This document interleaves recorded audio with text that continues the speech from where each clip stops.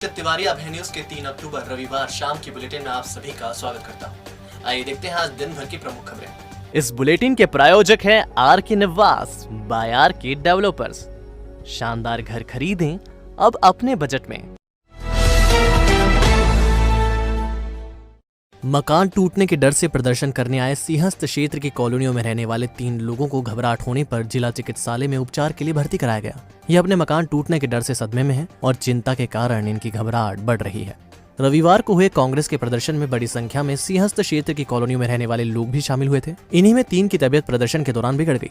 जिला चिकित्सालय में भर्ती गुलमोहर कॉलोनी निवासी शकील उर रहमान ने बताया कि मिस्त्री का काम करते हुए उन्होंने गुलमोहर कॉलोनी में प्लॉट लिया था। 2011 में प्लॉट खरीदकर 3 साल बाद रजिस्ट्री कराई, प्राइवेट लोन लेकर मकान बनाया। अभी भी लोन की किश्त चुका रहे हैं। अब मकान तोड़ने की जानकारी मिलते ही घबराहट होने लगी है। शकील उर रहमान सवाल उठाते हैं, जब प्लॉटों की रजिस्ट्री की जा रही थी तब क्या प्रशासन सो रहा था? अब अगर मकान टूटता है तो वह कहाँ जाएंगे?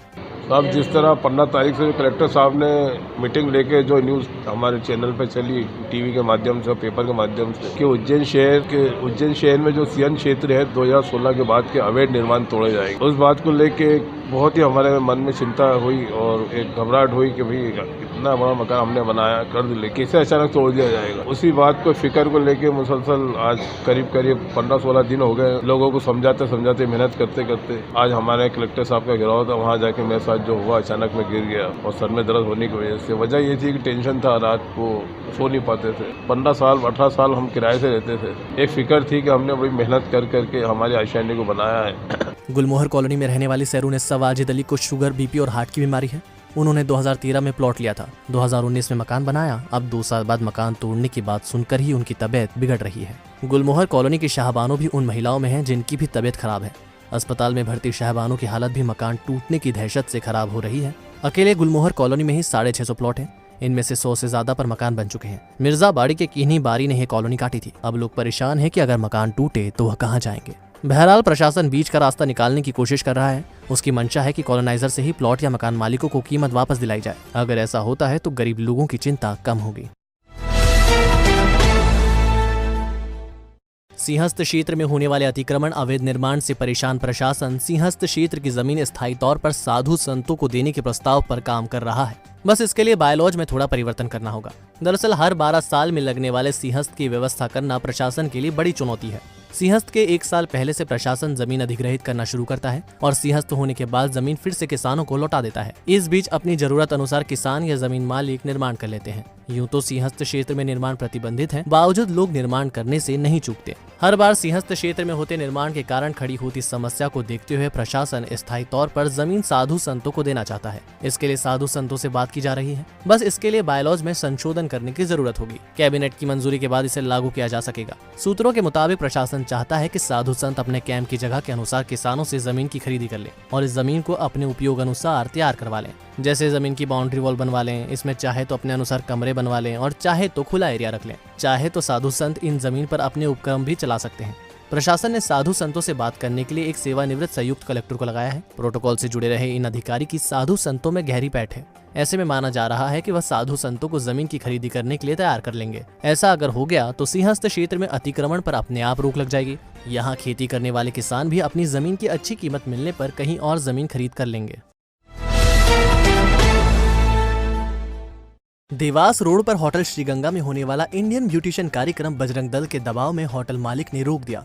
होटल मालिक ने आयोजकों को कार्यक्रम करने से मनाही कर दी। अचानक कार्यक्रम निरस्त कर देने से होटल पर विवाद की स्थिति बनी। माधवनगर थाना प्रभारी मनीष लोधा भी मौके पर पहुंचे और विवाद शांत कराया। दरअसल सारा विवाद आयोजक का नाम सामने आने के बाद बढ़ा। सीमा हुसैन ये कार्यक्रम आयोजित कर रही थी। इस शो में मॉडलों के माध्यम से ब्यूटी का प्रदर्शन किया जाना चाहिए था।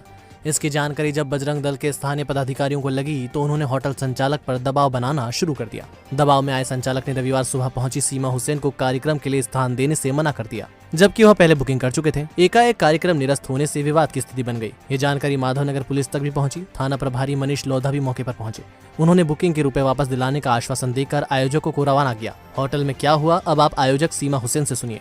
सर से बात करी और सर से बात करने के बाद में उन्होंने बोला आप कर लो, लेकिन मैंने फिर भी क्या करा, मैंने थाने से एक सूचना निकाली और मैंने अपना प्रोग्राम करा, क्योंकि थोड़ा सा कर लेना ज़रूरी है।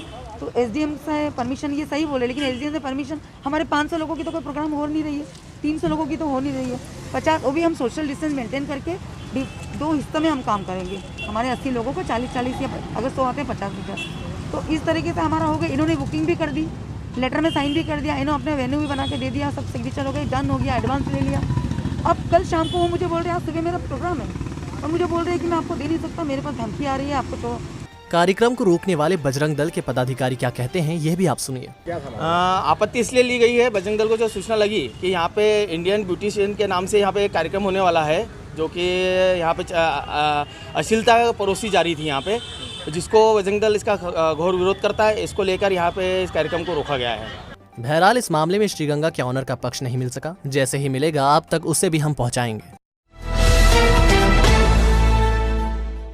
मनोविकास विशेष शिक्षा महाविद्यालय, जहां बीएड बौद्धिक मंदता, डीएड बौद्धिक मंदता, डीएड बधिरांधता उपलब्ध पाठ्यक्रमों के साथ शिक्षकों को तैयार किया जाता है। प्रशिक्षित प्राध्यापकों के साथ सर्व सुविधा युक्त कक्षाएं, आधुनिक library, computer lab, online offline शिक्षण, सांकेतिक भाषा कक्षाएं, जॉब प्लेसमेंट, परामर्श एवं व्यवधान रहित वातावरण उपलब्ध है। अधिक जानकारी के लिए संपर्क करें 9993437330 9827448830। हमारा पता सेक्टर 9 जवाहर नगर उज्जैन। संविलियन, जॉब सिक्योरिटी, ठेका प्रथा की समाप्ति जैसी 5 सूत्रीय मांगों को लेकर अनिश्चितकालीन हड़ताल करना बिजली विभाग के आउटसोर्स कर्मचारियों को भारी पड़ गया। कंपनी के ऐसे 5% कर्मचारियों को बाहर का रास्ता दिखा दिया है। उज्जैन डिवीजन में लगभग 500 से अधिक आउटसोर्स कर्मचारी काम कर रहे हैं। ये कर्मचारी बिजली मेंटेनेंस, मीटर रीडिंग, बिल वितरण, नए कनेक्शन लगाने जैसे काम करते हैं। हड़ताल के कारण विभाग को कई परेशानियों का सामना करना पड़ रहा था। अनिश्चितकालीन हड़ताल से नाराज होकर बिजली विभाग के आला अधिकारियों ने आउटसोर्स कंपनियों को नोटिस जारी कर हड़ताल को बढ़ावा देने वाले कर्मचारियों को निकालने का आदेश दिया था।